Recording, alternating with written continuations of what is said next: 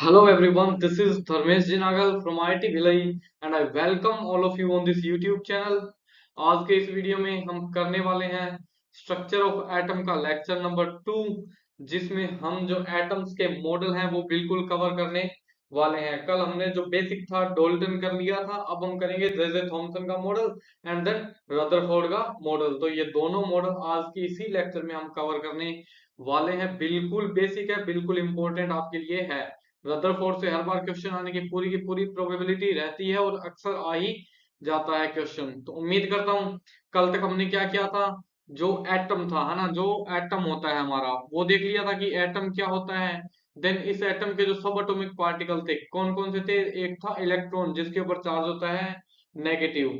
Then second one कौन सा था, सेकंड वन था प्रोटॉन जिसके ऊपर चार्ज क्या होता है पॉजिटिव में। एंड देन थर्ड वन क्या होता है हमारा न्यूट्रॉन जिसके ऊपर चार्ज क्या होता है न्यूट्रल होता है, जीरो चार्ज होता है। तो कल तक हमने इतनी कहानियां देखी एटम एंड उसके अंदर जो प्रेजेंट पार्टिकल्स होते हैं वो तीनों पार्टिकल्स हमने कवर किए। अब जो ये तीनों पार्टिकल हैं, अब जो ये तीनों पार्टिकल हमारे पास हैं, ये पार्टिकल इस एटम में कैसे रहते हैं उनकी कहानियां हम करने वाले हैं।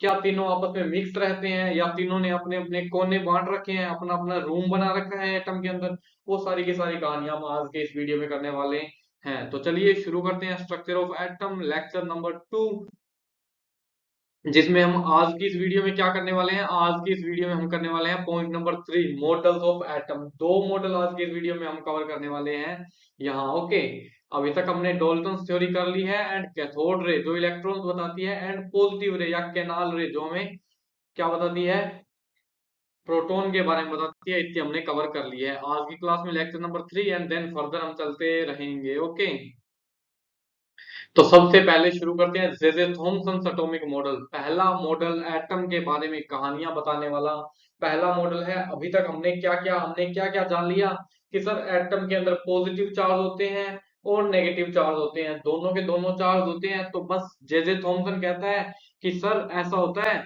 कि एटम, मान लीजिए आप ये गोला आपके पास क्या है एटम है, इसके अंदर क्या रहता है पॉजिटिव चार्ज ऐसे फैला रहता है, पॉजिटिव चार्ज ऐसे फैला रहता है ना। पॉजिटिव चार्ज ऐसे फैला रहता है, मतलब पॉजिटिव चार्ज का क्या होता है ये समंदर, या मैं इसको, और इसके अंदर जो नेगेटिव चार्ज है वो कैसे रहते हैं बीच, इस समंदर के बीच में ऐसे नेगेटिव चार्ज घूम रहे होते हैं।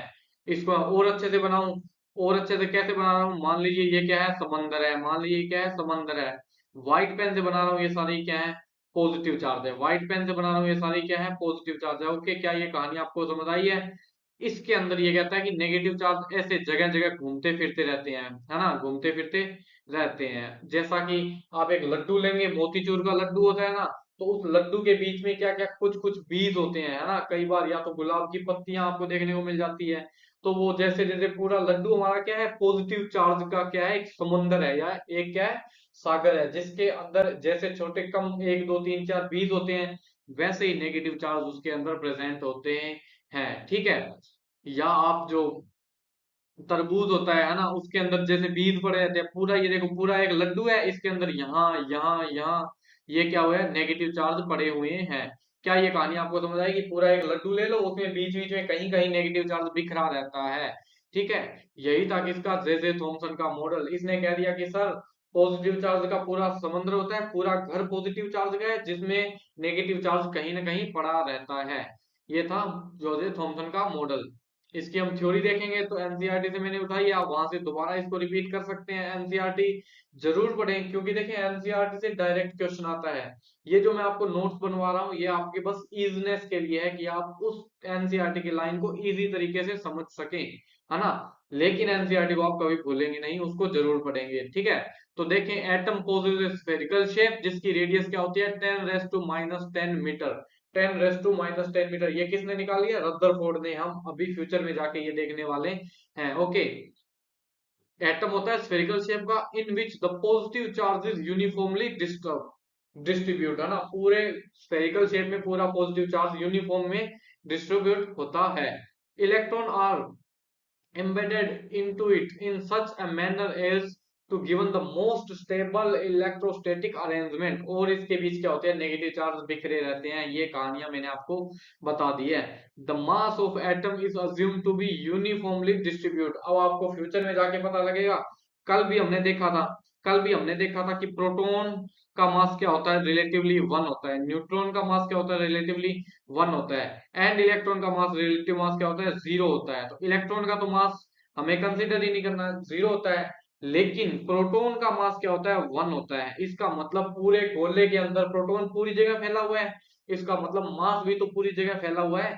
यही कहानी ये कह रहा है कि the mass of atom is assume to be uniformly distributed over the atom, क्योंकि पहला जो पॉइंट है वो इसी से रिलेट करता है। क्या ये कहानियां जे थॉमसन का आपको मॉडल समझ आया है? ठीक है, ये आपको मॉडल समझ आया, ठीक है। अब लोगों ने सोचा कि जे थॉमसन का मॉडल सही होगा, लोगों ने सोचा कि जे थॉमसन का मॉडल सही होगा, ठीक है।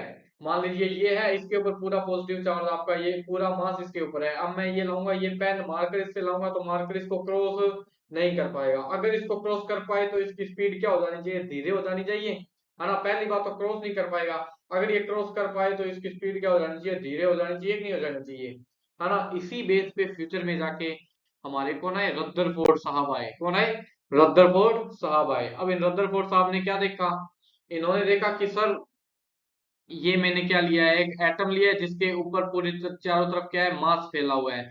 अगर मैं इसके ऊपर कोई मान लीजिए एक्स पार्टिकल डालूं, ये जो पार्टिकल है ये इसके ऊपर फायर करूं, तो इसकी स्पीड आगे जब ये बाहर निकलेगा, इसकी स्पीड क्या हो जानी चाहिए, स्लो हो जानी चाहिए, क्योंकि ये उस जो है डेंसिटी को क्रॉस कर रहा है, उस डेंसिटी को क्रॉस कर रहा है, तो स्लो हो जानी चाहिए।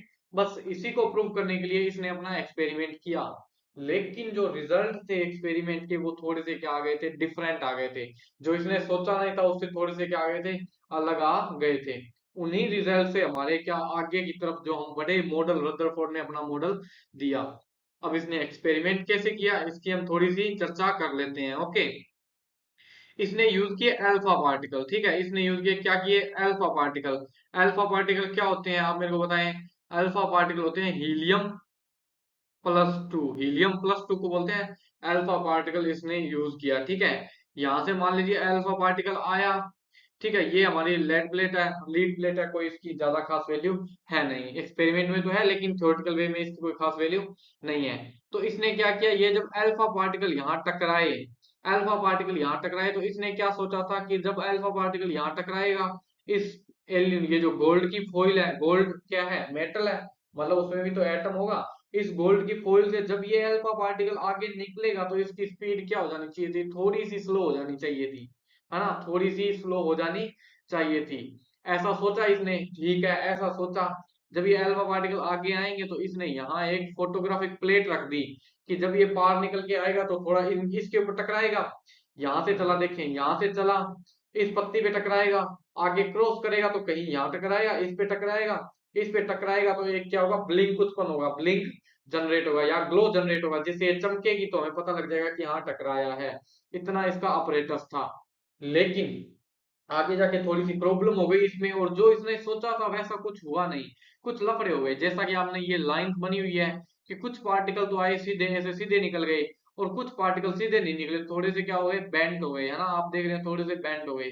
कुछ पार्टिकल ज्यादा ही बेंड हो गए, ये देखो इतना बेंड हो गया, है ना। कुछ पार्टिकल बहुत ज्यादा बेंड हो गए, ठीक है। तो ऐसे डिफरेंट डिफरेंट इसको रिजल्ट देखने को मिले। कैसे रिजल्ट देखने को मिले, हम अभी चल के आगे वाली स्लाइड में देखने वाले हैं, ओके।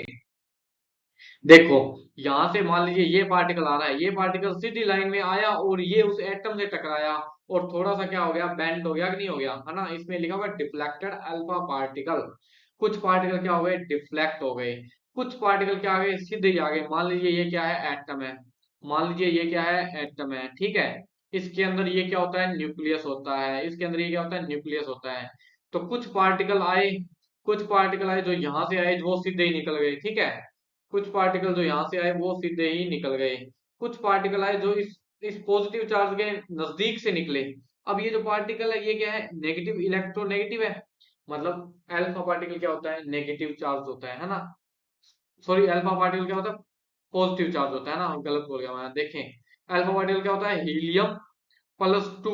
तो अल्फा पार्टिकल क्या होता है, पॉजिटिव चार्ज होता है। तो मान लीजिए ये पॉजिटिव चार्ज आ रहा है और ये आते ही थोड़ा सा इससे क्या हो जाता है, बेंट हो जाता है, थोड़ा सा क्या होता है, बेंट हो जाता है। वैसे ही अगर कोई और इसके पार्टिकल इसके पास से गुजरेगा, है ना, तो वो थोड़ा सा क्या होता है, बेंट हो जाता है।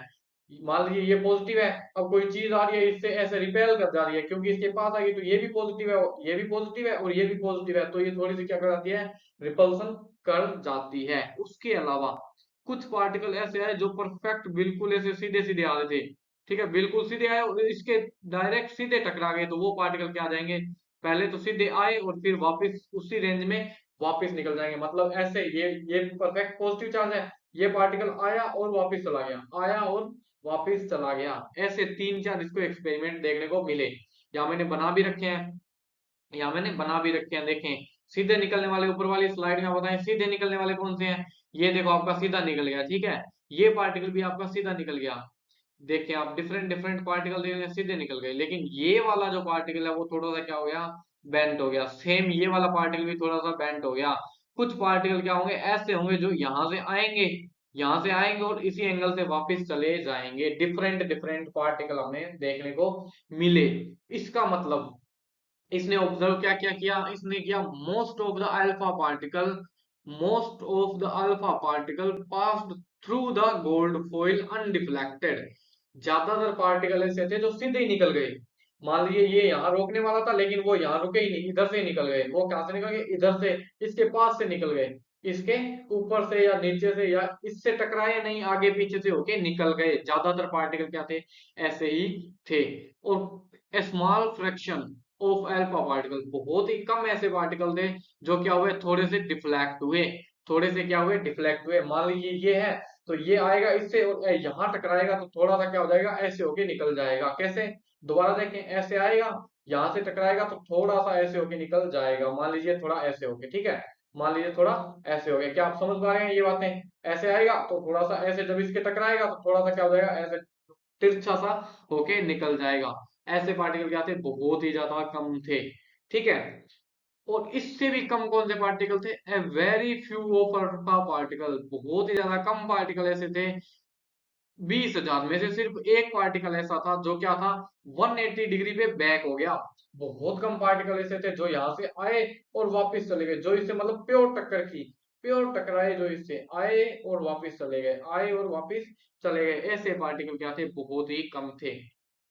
तीन चीजें देखी हमने, है ना, तीन चीजें देखी हमने कि ये लो जी, एक ये है हमारा एटम, इसके यहाँ मान लीजिए पॉजिटिव चार्ज या जो न्यूक्लियस है वो है, ठीक है, बहुत ही, ये है न्यूक्लियस।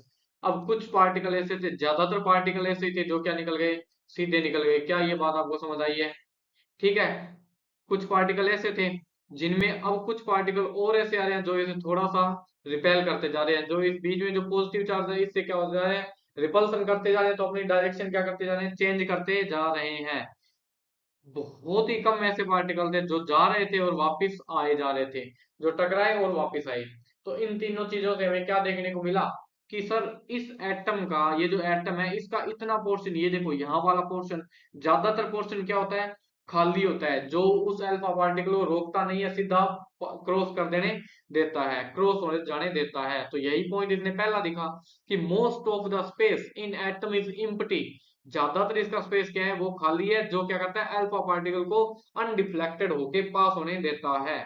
जैसे ये पार्टिकल पास हुआ तो इसके यहाँ कुछ टकराया, कुछ नहीं टकराया, तो ये क्या हो गया, सीधा पास हो गया। क्या ये बात आपको समझ आई है। दूसरा, कुछ पार्टिकल ऐसे थे, बहुत ही कम ऐसे पार्टिकल थे जो थोड़े से एंगल से रिपेल करके और बेंट हो गए। कैसे कि ये पॉजिटिव है और ये जो पार्टिकल यहाँ से आ रहा है ये भी पॉजिटिव है, तो ये सीधा सीधा आया, यहाँ रिपल्सन फील हुआ, तो थोड़ा सा क्या हो गया, तिरछा हो गया, है ना। ये वाला भी आया, पास आ रहा है, लेकिन यहाँ इसको रिपल्सन फील हुआ, तो थोड़ा सा क्या हो गया, तिरछा हो गया। यहाँ भी लिखा है a few positively charged alpha particle was deflected। क्यों हुए, क्योंकि इनको देखने को मिला कि deflection must be due to repulsive force showing that a positive charge of atom. Positive charge of atom कौन सा होता है, प्रोटॉन का होता है। तो इस प्रोटॉन से इन्होंने रिपल्सन महसूस किया और थोड़े से क्या हो गए, बेंट हो गए। इसका मतलब आपको क्या पता लगा कि जो सारा का सारा पॉजिटिव चार्ज है वो पूरे एटम में फैला हुआ नहीं है ना। अगर मान लो पूरे एटम में फैला हुआ होता, मान लो ये पूरे एटम में फैला हुआ होता, है ना, तो कोई भी लाइन आती, जो मैंने व्हाइट पेन से लाइन बनाती है, कोई भी लाइन आती है वो सारी की सारी तो वापस आ जाती ना। हर लाइन क्या आनी थी, वापस आ जानी थी। हर लाइन वापस आ जानी थी, लेकिन हर लाइन वापस नहीं आई है। ओके, इसका मतलब पॉजिटिव चार्ज जो हमने, जो उसने जे जे थॉमसन ने बोला था कि पूरे में फैला हुआ है पॉजिटिव चार्ज, वैसा फैला हुआ नहीं है। Okay, then what is the third, calculation by Rutherford shows that volume occupied the nucleus is negligible. उसने बताया कि जो पार्टिकल हमारा, ये वाला पार्टिकल प्योर इससे टकराया और वापस आ गया ना, जो पार्टिकल हमारा वापस आ गया है वो प्योर न्यूक्लियस से ऐसे प्योर टकराया है, डायरेक्ट टकराया है और वापस आ गया है। ठीक है, अब कितने पोर्शन से टकराया है, जितने पोर्शन से टकराया है उसको क्या बोलते हैं, हम न्यूक्लियस बोलते हैं। और उस न्यूक्लियस की रेडियस क्या होती है, 10⁻⁻15। ये क्या होती है, radius of nucleus. Radius of nucleus क्या है, 10⁻15। और इस एटम की रेडियस भी इसने कैलकुलेट की थी, जो क्या होती है 10⁻10। ठीक है, इतनी हमने तीन चीजें देखी कि सर बहुत सारे पार्टिकल थे जो सीधे निकल गए। इसका मतलब, सीधे निकलने का मतलब ये है कि एटम जो है पूरा का पूरा भरा हुआ नहीं रहता है। जैसे ये है, तो ये इतनी जगह आप देखें, ये जगह खाली है ना, तो कोई आया यहाँ से निकल गया, कोई आया यहाँ से निकल गया, यहाँ से निकल गया, तो सारा का सारा भरा हुआ नहीं है। बहुत सारी जगह उसमें खाली है जहां से हमारा पार्टिकल क्रॉस कर गया। कुछ जगह ऐसी थी, मान लीजिए ये यहाँ से आया और ऐसे तिरछा निकल गया। मतलब जो पॉजिटिव चार्ज है वो बहुत कम जगह में है, बहुत ही कम जगह में है। इतनी सारी कहानियां अभी तक हमें पता लग गई। ओके, अब उसके बाद ने इसमें अपना मॉडल दे दिया। ये कहता है कि सर मेरी कहानियां, मैंने रिजल्ट अपने देखे, अब मैं तुमको दे रहा हूँ मॉडल। इसने कहा कि जो पॉजिटिव चार्ज है, जो पॉजिटिव चार्ज था वो बहुत ही स्मॉल रीजन में, बहुत ही छोटी सी जगह में है, पूरे एटम की बहुत ही क्या है, छोटी सी जगह में है। और उस छोटी सी जगह को हम क्या बोलते हैं, न्यूक्लियस बोलते हैं। मान लीजिए ये क्या है, हमारा पूरा एटम है। इसकी छोटी सी जगह में क्या है, जो आपका पॉजिटिव चार्ज है, वो पॉजिटिव चार्ज यहाँ बैठा है इस छोटी सी जगह में। ठीक है, अब ये जो nucleus is surrounded by electrons. अब ये जो न्यूक्लियस है, इसके चारों ओर कौन घूमते रहते हैं जी, इलेक्ट्रॉन रहते हैं। इसके चारों ओर बाकी का जो खाली स्पेस है उसमें क्या है, इलेक्ट्रॉन्स हैं। ठीक है, अब ये इलेक्ट्रॉन्स कैसे रहते हैं इसके बारे में बता रहे हैं, that move around the nucleus with a very high speed. बहुत ही ज्यादा स्पीड से क्या रहते हैं, घूमते रहते हैं। और जो पाथ होता है उनका सर्कुलर, उसको बोलते हैं ऑर्बिट। मान लीजिए ये इलेक्ट्रॉन कहाँ घूम रहा है, इस सर्कुलर पाथ में, इस लाइन में एक इलेक्ट्रॉन घूम रहा है ना, इस लाइन में एक एक इलेक्ट्रॉन घूम रहा है, इस लाइन में भी एक इलेक्ट्रॉन घूम रहा है। तो जो ये मैंने व्हाइट वाली लाइन बनाई है ना, ये जो मैंने व्हाइट वाली लाइन बनाई है, इसको क्या बोलते हैं, हम क्या बोलते हैं, ऑर्बिट, है ना, इसको बोलते हैं हम ऑर्बिट। एंड जो ये येलो वाला मैंने बनाया है, इसको बोलते हैं न्यूक्लियस। ओके, इसको बोलते हैं न्यूक्लियस और वो दूसरी है ऑर्बिट। ये बिल्कुल किससे, सोलर सिस्टम से रिजेंबल करता है, सोलर सिस्टम से हमारा मैच करता है। सोलर सिस्टम में क्या होता है, ये लो जी, यहाँ क्या होता है, सन। यहाँ क्या होता है, सन, सूरज होता है। और इसके चारों ओर धरती है, जो जो बाकी ग्रह हैं सारे के सारे क्या लगाते रहते हैं, चक्कर लगाते रहते हैं। बिल्कुल ऐसे ही है। वैसे ही क्या होता है, ये क्या होता है हमारा न्यूक्लियस, ये क्या होता है हमारा न्यूक्लियस। और इसके चारों ओर क्या होते हैं, जो इलेक्ट्रॉन्स हैं, इसके चारों ओर इलेक्ट्रॉन्स है वो चक्कर लगाते रहते हैं। इसका मतलब रदरफोर्ड कहता है सर मेरा मॉडल है वो किससे मैच करता है, सोलर सिस्टम से मैच करता है। अब दूसरी बात, इलेक्ट्रॉन पे क्या चार्ज होता है, नेगेटिव चार्ज, और न्यूक्लियस पे क्या चार्ज होता है, पॉजिटिव चार्ज। तो इनके बीच कौन सा फोर्स होता है, आप मेरे को बताएं। इलेक्ट्रोस्टैटिक फोर्स ऑफ अट्रैक्शन होता है, जिससे हमारा जो एटम है वो क्या रहता है, स्टेबल रहता है। जिससे हमारा जो एटम है वो क्या रहता है, स्टेबल रहता है। क्या ये कहानी आपको इतनी चीजें समझ आई है, इतनी चीजें समझ आई है, तो अब हम देखेंगे कि आपके मन में एक सवाल आना चाहिए था, वो हम सवाल देखते हैं। ओके, वो सवाल क्या है, कि वो सवाल कुछ ऐसा है कि सर ये न्यूक्लियस है। ओके, ये न्यूक्लियस है और कोई इलेक्ट्रॉन है, मान लीजिए यहाँ कोई, अब मैं जो डॉट बना रहा हूँ इसका मतलब आप इलेक्ट्रॉन समझेंगे। ठीक है, ये इलेक्ट्रॉन है, ये इलेक्ट्रॉन घूमेगा, ये इलेक्ट्रॉन घूमता घूमता घूमता घूमता कभी तो इसके अंदर गिर जाएगा ना, कभी तो इसके अंदर गिर जाएगा। क्यों, क्योंकि जो इलेक्ट्रॉन है वो क्या है, नेगेटिव चार्ज है, नेगेटिव चार्ज है। अब आपने कभी वो गेम खेला है क्या, कि एक जो कपड़ा ले लिया, उसके एक तरफ हमने पत्थर बांधा है, अब उसको घुमाओगे तो वो धीरे धीरे उसकी स्पीड बढ़ती जाती है ना। जब वो पत्थर बाहर निकलता है तो जोर से निकल के बाहर गिर जाता है। ओके, तो वैसा ही कुछ है कि जब ये इलेक्ट्रॉन इसके चारों ओर ऐसे घूमेगा, पहले धीरे धीरे घूमेगा, फिर तेज तेज होता रहेगा, और एंड में इसके अंदर घूमता घूमता, एंड में इसके अंदर ऐसे घूमता घूमता इस पॉजिटिव चार्ज से मिक्स हो जाना चाहिए। क्यों? क्योंकि पॉजिटिव चार्ज इसको अपनी तरफ खींच भी तो रहा है, क्योंकि इलेक्ट्रॉन पे क्या है, नेगेटिव है, और इस पे क्या है, पॉजिटिव।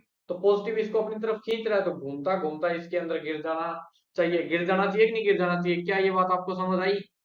लेकिन अब दूसरे लोग मेरे को कहेंगे कि ऐसे करते हैं सर, ये क्या है, सन है, ये क्या है, सन है, और ये हमारी क्या है, अर्थ है, ये क्या हमारी अर्थ है। इसको मैं क्या लिख रहा हूँ, EARTH, ये हमारी क्या है, अर्थ है। अब आप मेरे को कहेंगे सर ऐसे तो, सर ऐसी बात है कि ये जो धरती है ये भी तो गिर जानी चाहिए, धरती भी तो सूरज के अंदर गिर जानी चाहिए, लेकिन धरती गिरती तो नहीं है, गिरती तो नहीं है। तो यहाँ मजे की बात आपके लिए ये है कि जो अर्थ है उस पे भी चार्ज क्या है, जीरो है, और सन है उस पे भी चार्ज क्या है, जीरो है। तो इनके बीच कोई अट्रैक्शन फोर्स है क्या? No attraction force. ये सूरज धरती को अपने पास बुला ही नहीं रहा है। लेकिन यहाँ आप देखेंगे कि सर इसके पास तो नेगेटिव चार्ज है, और इसके पास जो है, आपको मैंने बता रखा है, पॉजिटिव चार्ज है। तो ये पॉजिटिव इलेक्ट्रॉन को अपनी तरफ खींच रहा है।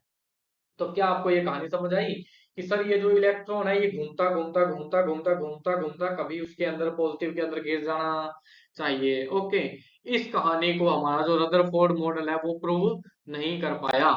यही था इसका क्या, ड्रॉबैक ऑफ रदरफोर्ड मॉडल। क्या था कि जो electron of orbit will emit radiation, कि जब वो घूम रहा है तो कुछ एनर्जी रिलीज कर रहा होगा। गाड़ी को आप घुमाएंगे तो पेट्रोल तो खाएगी, है ना? तो वो कुछ ना कुछ एनर्जी तो छोड़ रहा होगा, एनर्जी छोड़ेगा तो थकेगा, और ऊपर से वो पॉजिटिव उसको खींच हो रहा है ना? The energy carried by radius comes for electronic motion and orbit will thus continue to shrink, है ना? कि ये पॉजिटिव चार्ज है, ये इलेक्ट्रॉन जो घूम रहा है, घूमता घूमता जब ये अपनी एनर्जी लूज करेगा तो ये ऑर्बिट छोटी होती जाएगी, क्योंकि ये क्या होता जा रहा है, इसके अंदर गिरता जा रहा है, ये ऑर्बिट छोटी होती जाएगी, है ना? लेकिन असल में क्या होता है, ये ऑर्बिट छोटी होती ही नहीं है, ये ऑर्बिट छोटी होती ही नहीं है ना? ये कैसे नहीं होती है, इसके बारे में रदरफोर्ड कुछ नहीं बता पाया। जब हम क्वांटम में देखेंगे तब हम क्वांटम में देखेंगे कि ये पॉजिटिव होता है, ये इलेक्ट्रॉन अगर इस ऑर्बिट में है तो वो हमेशा इलेक्ट्रॉन इसी ऑर्बिट में चक्कर खाएगा। अगर कोई इलेक्ट्रॉन इससे पास वाली ऑर्बिट में है, मान लीजिए यहाँ है, तो वो इसी ऑर्बिट में चक्कर खाएगा, वो कभी न्यूक्लियस में गिरता ही नहीं है। लेकिन रदरफोर्ड इस बात को नहीं बता पाया, यही कमी थी रदरफोर्ड की। लेकिन फिर भी हमें रदरफोर्ड ने अभी तक क्या क्या बता दिया। हमारे पास शुरू में क्या क्या चीजें थी, शुरू में तो ये चीजें थी, हम कहाँ से कहाँ पहुंच गए आप ये देखें कि सर एटम होता है उसके अंदर कुछ नहीं होता है। सबसे पहले बात ये थी, जो हमारे पास डोल्टन ने बोली कि एटम को और डिवाइड कर ही नहीं सकते हैं। मान लीजिए ये क्या है, हमारा एटम है, इसके अंदर क्या होता है, कुछ भी नहीं होता है। इससे हम थोड़ा आगे बढ़े तो हमने देखा सर ये एटम होता है, इसके अंदर एक इलेक्ट्रॉन होता है, एक प्रोटॉन होता है, और एक न्यूट्रॉन होता है। इसके अंदर तीन चीजें हमने निकाली। देन हमने क्या किया कि सर ऐसा होता है कि सर ये तो है हमारा एटम, इसके अंदर क्या होता है, इसके अंदर सारे में ये पॉजिटिव चार्ज घूम रहे होते हैं।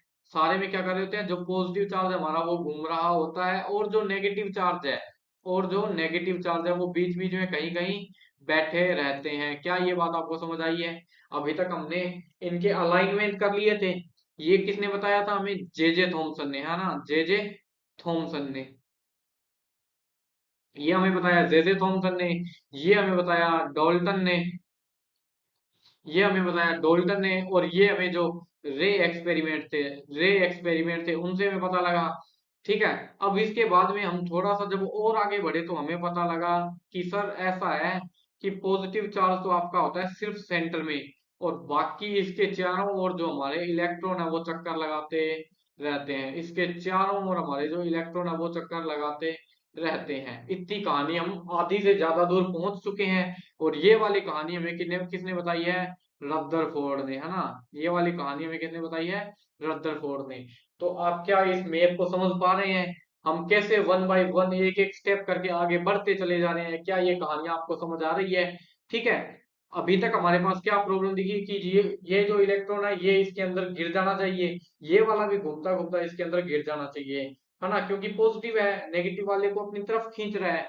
तो अब हमें क्या करना है, ये जो पॉजिटिव और नेगेटिव है इसी को ही स्टेबल करना है, इसको अपने अंदर खींचने नहीं देना है। ठीक है, इसको कहना है कि इलेक्ट्रॉन तू जहां है वहीं रहे, प्रोटॉन तू जहां है वहीं रहे, इनको पास पास नहीं आने देना है। ओके, ठीक है। अब मैं आपको एक छोटी सी चीज और बताते जा रहा हूँ इसी क्लास में, कि जो मास होता है एटम का, जो मास होता है ना, जो मास होता है, इसको मास को हम लिखते हैं जेड से। मास को हम लिखते हैं जेड से। वो क्या क्या होता है? वो होता है प्रोटॉन प्लस न्यूट्रॉन। क्यों? क्योंकि सर आपको पता है कि प्रोटॉन का मास होता है 1, न्यूट्रॉन का मास होता है 1, लेकिन इलेक्ट्रॉन का मास क्या होता है? 0 होता है। क्या ये कहानी आपको पता है ना? पिछली क्लास में मैंने आपको बताई है कि आप वो वैल्यूज क्या करेंगे, लर्न कर लेंगे। वैल्यूज क्या कर लेंगे? लर्न कर लेंगे। मान लीजिए कोई एटम है एक्स, कोई एटम है जिसमें क्या है, एक प्रोटॉन है, प्लस एक क्या है, न्यूट्रॉन है, प्लस एक क्या है, इलेक्ट्रॉन है। तो इसका मास क्या होगा? मास ऑफ एक्स क्या होगा, आप मेरे को बताएं। मास ऑफ एक्स होगा 1+1, है ना? 1+1+0 यही होगा। तो इसका मास क्या होगा? 2 आ गया कि नहीं आ गया? 2 आ गया कि नहीं आ गया? 2 का मतलब सिर्फ प्रोटॉन और न्यूट्रॉन को ऐड किया है मैंने, इलेक्ट्रॉन को ऐड नहीं किया है। तो आपका जो मास नंबर है वो प्रोटॉन प्लस न्यूट्रॉन हो गया कि नहीं हो गया? इसी को ही हम क्या बोलते हैं? इन दोनों के एडिशन को बोलते हैं न्यूक्लियॉन्स। क्या बोलते हैं? न्यूक्लियॉन्स, है ना? इनको बोलते हैं हम न्यूक्लियॉन्स। ये दोनों के दोनों, प्रोटॉन और न्यूट्रॉन, दोनों के दोनों ही न्यूक्लियस में रहते हैं। जो मैंने बनाया ना, ये लीजिए जी, और ये हमारी ऑर्बिट्स हैं, ठीक है। अगर ये मेरा बीच वाला क्या है, न्यूक्लियस है, बीच वाला क्या है, न्यूक्लियस है, तो यहाँ पे प्रोटॉन प्लस न्यूट्रॉन दोनों यहाँ रहेंगे और इलेक्ट्रॉन इसके बाहर चक्कर लगाते रहेंगे। अब न्यूट्रॉन न्यूट्रॉन पे चार्ज क्या 0, प्रोटॉन पे चार्ज क्या पॉजिटिव। तो ये जो मेरा सारा न्यूक्लियस होगा, ये जो मेरा सारा न्यूक्लियस होगा, सारा का सारा जो मेरा न्यूक्लियस है, जो मेरा सारा का सारा क्या है, न्यूक्लियस है, ये क्या होता है? पॉजिटिव चार्ज होता है। और बाहर जो इलेक्ट्रॉन है ये क्या है? नेगेटिवली चार्ज है। क्या ये इतनी कहानियां समझ आई है आपको? अगला एक और चीज हमें देखने को मिलती है, आप इसको एक बॉक्स में बंद कर लें और ढंग से देखें। दूसरी एक चीज होती है एटॉमिक नंबर। एटॉमिक नंबर, है ना?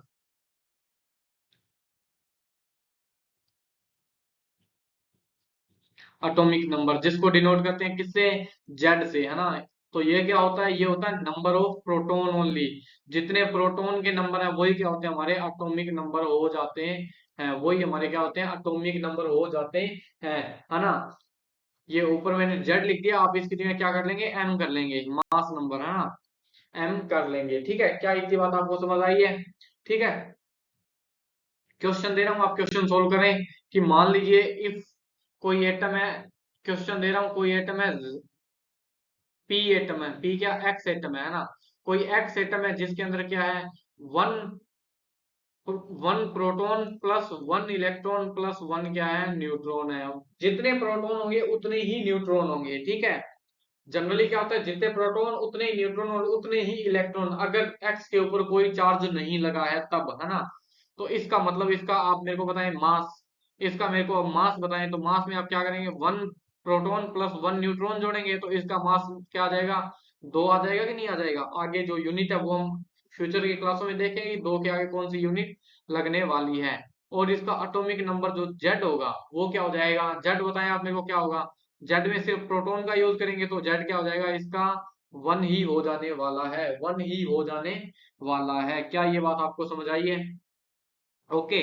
अगर मैं बोलूं, मान लीजिए एक और एटम है, कौन, वाई एटम है, जिसके अंदर क्या है, 17 तो प्रोटॉन है, प्लस 17 ही क्या होंगे, इलेक्ट्रॉन होंगे। क्योंकि जब तक इस वाई के ऊपर यहाँ मैंने क्या नहीं लगाया, प्लस में कुछ या माइनस में कुछ नहीं लगाया, तब तक जितने ही प्रोटॉन होंगे उतने ही क्या होंगे, इलेक्ट्रॉन होने वाले हैं हमारे पास। क्या ये बात आपको समझ आई है ना? 17 ही प्रोटॉन होंगे, 17 ही इलेक्ट्रॉन होंगे, प्लस 17 ही क्या होंगे, न्यूट्रॉन होने वाले हैं। अब आप ऐसा करें, मेरे को इसका मास बता दें। अब आप मेरे को इसका पहले तो मास बता दें। तो मास आप क्या लिखेंगे इसका, 17 प्रोटॉन प्लस 17 क्या, न्यूट्रॉन बताएंगे, जो क्या हो जाता है हमारा, बताएं, 34 हो जाता है।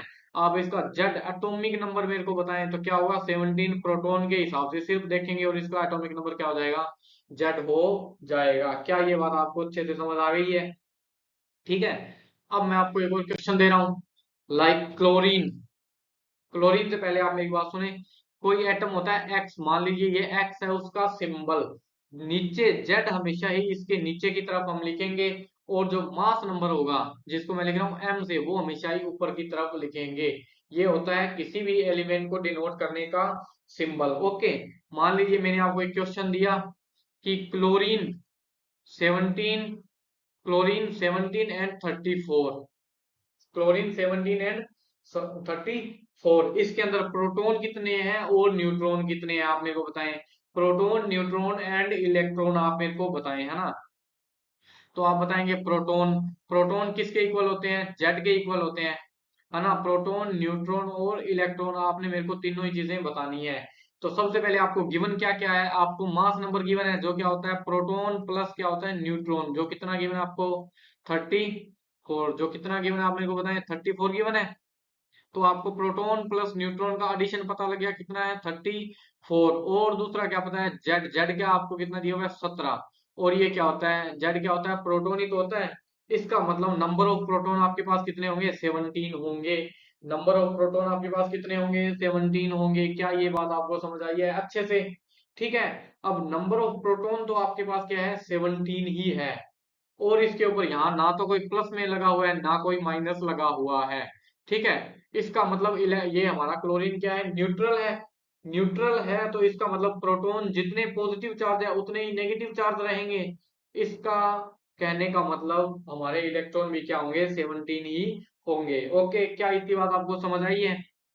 देन अगला क्या है मास नंबर, क्या होता है हमारा प्रोटॉन प्लस न्यूट्रॉन, ठीक है। मास नंबर हमें दिया हुआ है 34 दिया हुआ है, मास नंबर हमें 34 दिया हुआ है, प्रोटॉन मैंने निकाला 17 प्लस क्या न्यूट्रॉन, देन न्यूट्रॉन की वैल्यू क्या होगी 17 होगी कि नहीं होगी, न्यूट्रॉन की वैल्यू भी 17 होगी या नहीं होगी आप मेरे को ये बता दें, ठीक है। न्यूट्रॉन की वैल्यू भी क्या हो गई 17 हो गई है। ओके, एक और क्वेश्चन आपको देता हूं, H11 हाइड्रोजन H11 मैंने आपको दिया, इसके अंदर आपने मेरे को बताना है proton plus neutron plus electron आपने मेरे को बताना है, ठीक है। गिवन आपको क्या क्या है मेरे को बताएं, जेड आपको गिवन है जो क्या है 1, तो यहाँ से आपको क्या पता लगा, यहाँ से आपको प्रोटॉन का पता लगा कि सर प्रोटॉन तो क्या है 1 ही है।